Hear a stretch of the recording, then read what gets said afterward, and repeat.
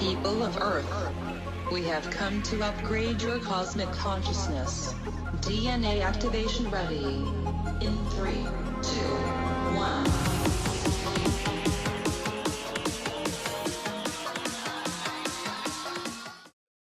Hi, welcome to Q&A on Breakthrough Leadership in Exile. I'm Craig Anderson. And I'm Lou Quinto.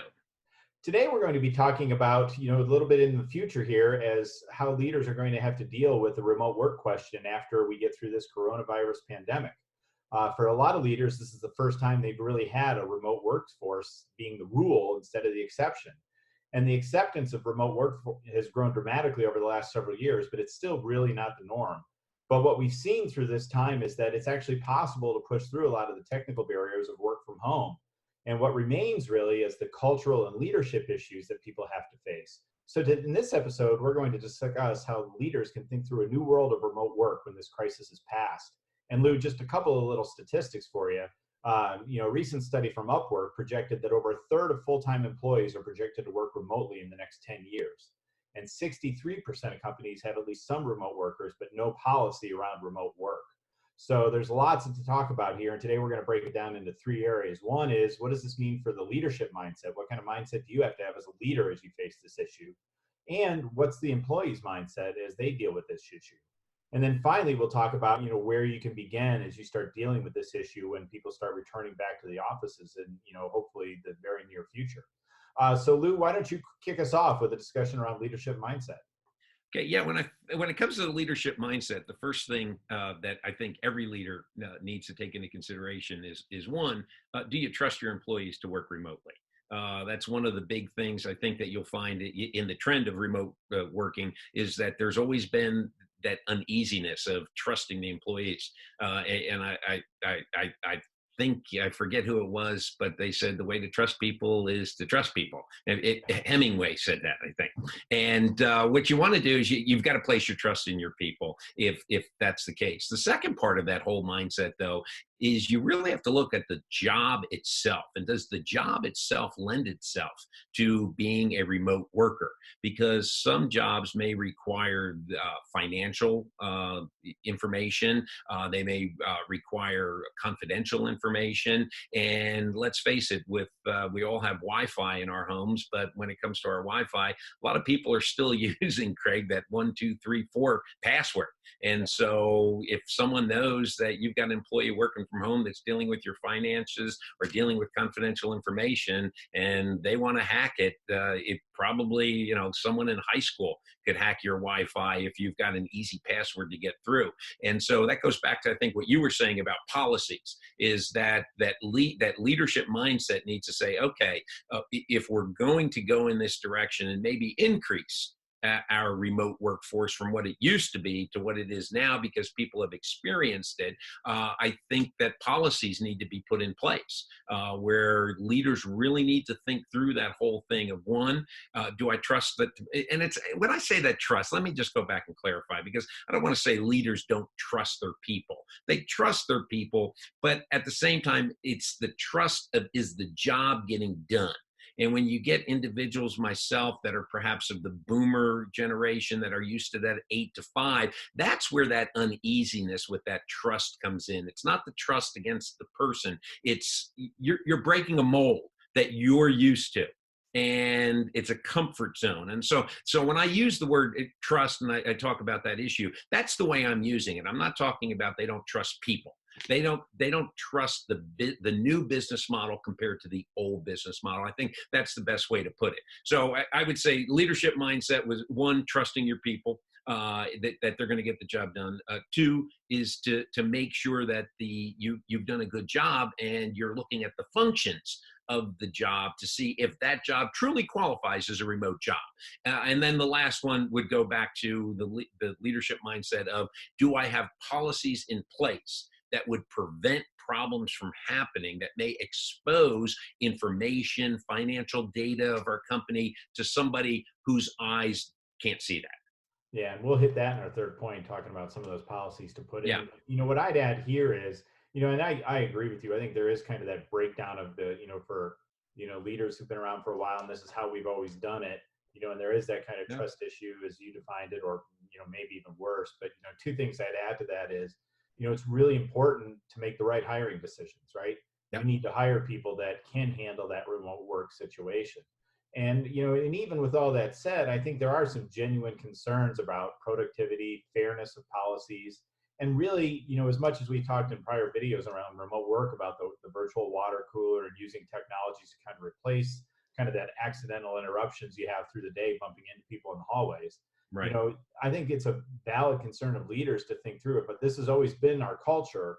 How are we going to shift people over to thinking about where a lot of that small but important work gets done in the hallways as people are walking around? So, sure. Yeah. The other part before we get to the second point that came to mind as you were talking is that I think now more than ever, also when it comes to evaluating employees, I think you're going to find if there is a larger remote workforce, that the metrics on evaluating an individual are going to become much more measurable.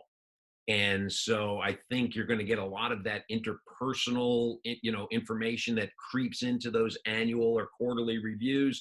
And it's really going to be now focused on measurable metrics, because as we talked about in a past video about managing remote workers, we talked about managing by objectives. And so how do I manage someone remotely? You got to go to the objectives, to the project, to the plan, or whatever it is. And I think that we're going to find that with a larger remote workforce, you truly are going to have more measurable metrics that are going to be used for evaluating employees. Sure. Yeah, absolutely. And speaking of the employees, the employee mindset is an important part of this as well. I don't like to just throw on quotes as much as you, Lou, but if I were to quote Spider-Man's Uncle Ben, with great power comes great responsibility. So, there is something to, I think we talked a lot about what leaders might need to shift, but I think employees need to understand too that, kind of coming into this remote workforce, it is something that's new and there is that distance. So what does the employee need to change about their behavior? How do they need to show that they're present? What does it mean to, you hear a lot of people say, well, I like the flexibility of work from home, but, right. It's important. That's great. But there's also like, if I call at 4 o'clock and I need a question answered, in an office situation, I'm walking down the hall saying, Lou, I really need this answer. If I'm calling your house or hitting you up on Messenger or Slack or something, I need to know that I'm going to get that response. So I think there is a piece for the employee to say, how do I need to show up in a regular way to be there? And I think most people do it, but I think you have to kind of get over the fact that, or get yourself around to the fact that showing presence more ostensibly than you would by just sitting at your desk in an office is an important piece as well.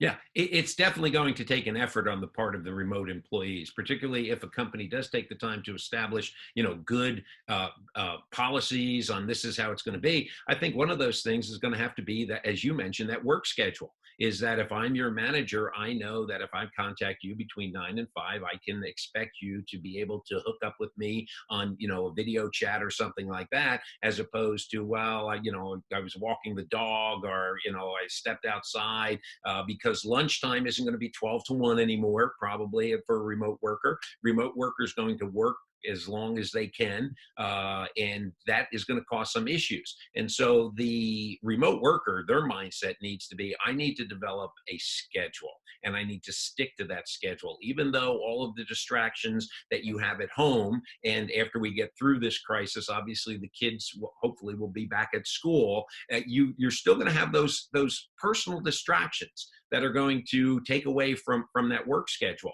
And I think in a previous video, you and I talked about that if you don't handle those distractions well, and you don't maintain a schedule, you're going to find that you're going to put the family to bed, get the dishes done, and it's 9 o'clock at night, and you're going to go back to your office space or whatever area that you're doing, and you're going to work till 1 or 2 in the morning. And that's not good for you, because part of that mindset for the employee has to be, how's my health also?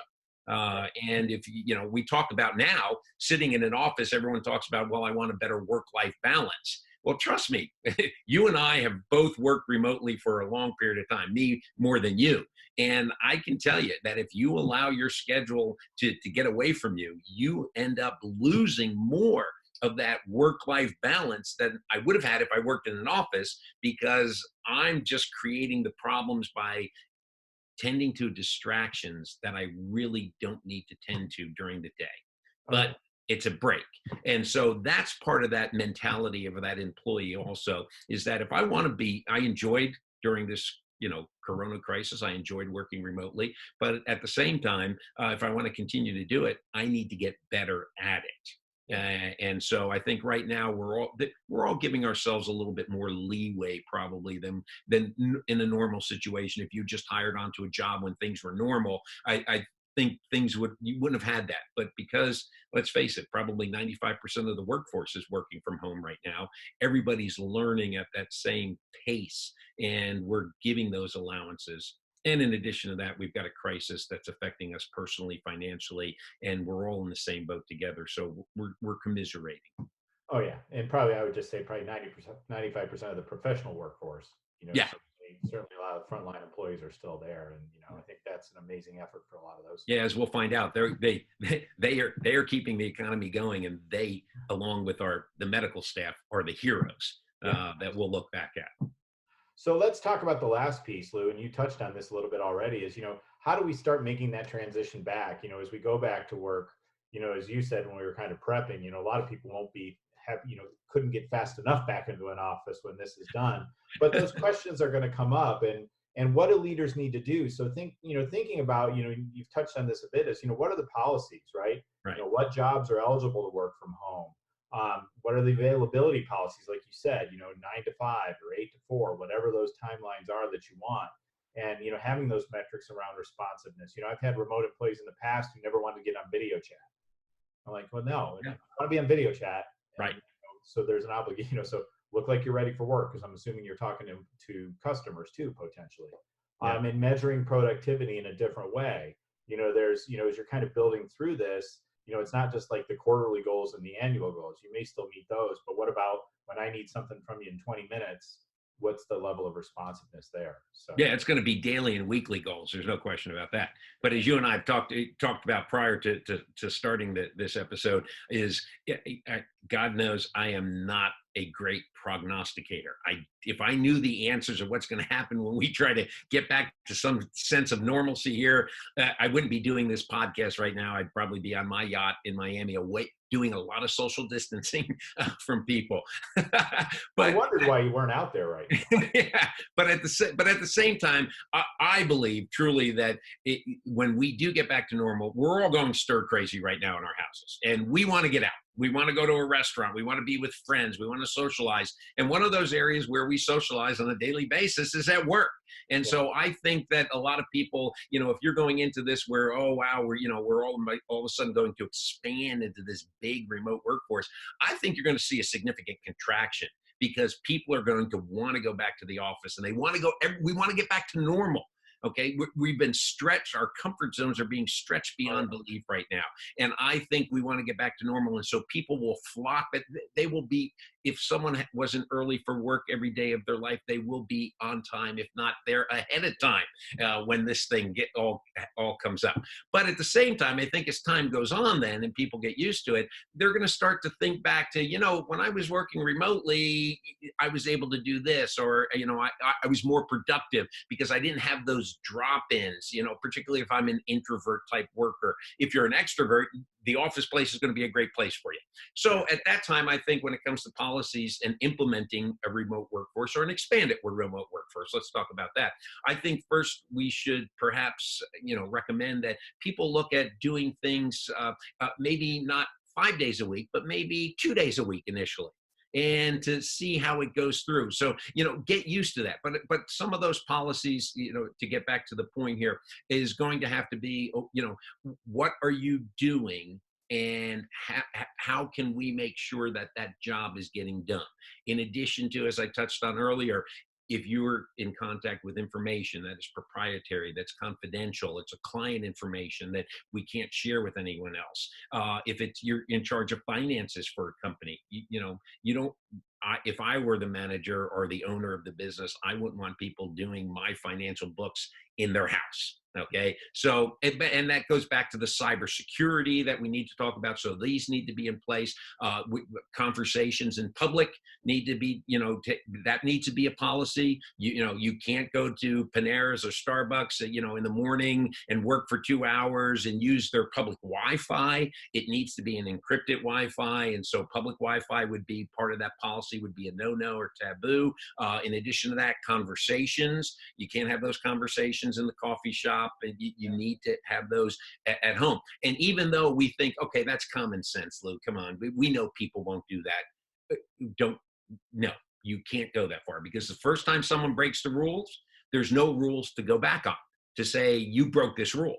And so that's why I think really companies are going to have to look at their remote workforce policies and procedures. And even though it may sound common sense, Craig, I truly believe they need to be written down so that there's an understanding, because go back to the first point we talked about, and I brought up trust.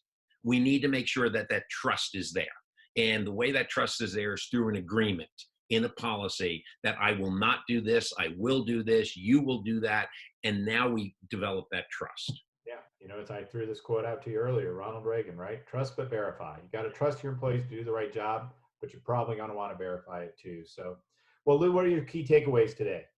Key takeaways is remote workforce isn't as easy as everyone thought it is, particularly since we've all been thrust in this situation. But I would say that one, there needs to be that shift in mindset, both in the leadership role, and there needs to be that shift in the mindset of the employee. It's the first 2 points we talked about, and my key takeaway is trust. There has to be trust on both sides. Is that I'm going to be able to do my job at home. You're going to trust me for getting the job done. And the leaders are going to need to be able to trust their employees that it's getting done. The second one is, and I truly believe this, again, I said I'm not a great prognosticator, but I will tell you, if the remote workforce does expand after this crisis is over, I think you're going to find that metrics for job performance are going to be much more measurable. And a lot of that interpersonal relationship part of those metrics that now occur in annual or quarterly reviews is going to be taken out of the picture completely. Well, not completely, but it's going to be really reduced significantly. And so I think that goes back to, those having metrics that I can measure your performance and you understand why you're being evaluated the way you are. And that'll go back to policy. So I hate to recap the 3 topics that I normally do. What did you get, Greg? What are your key takeaways? One is I've never been so aware of trying not to touch my face as I have been during taping this video. And the second one really is, I think it's that idea that there's responsibilities on both sides of this equation, right? Yeah. Leaders are going to have to realize there's a transition and figure out a way to make this work in many cases. But there is, on the other hand, that importance of the responsibility of the employee to also find ways to make this work and maybe do things they might not naturally want to do because there's an important work ecosystem we're trying to recreate this way. Very good. Take us out, Lou. Okay, so we hope you enjoyed this episode of Q&A on Breakthrough Leadership. If you've liked it, please like it. Please make comments. Let us know what your thinking is, what your companies are talking about also. We'd like that information to be able to help share with other people in future episodes to try to get a sense and a feeling for what's going on out there, because we don't know. And we'd like to hear. So subscribe. Also, don't forget, you can download this on podcast on one of your favorite podcast platforms. As I've been telling everyone, keep your hands washed, Craig, and keep your distance. So with that, thanks for joining us. I'm Lou Quinto. And I'm Craig Anderson.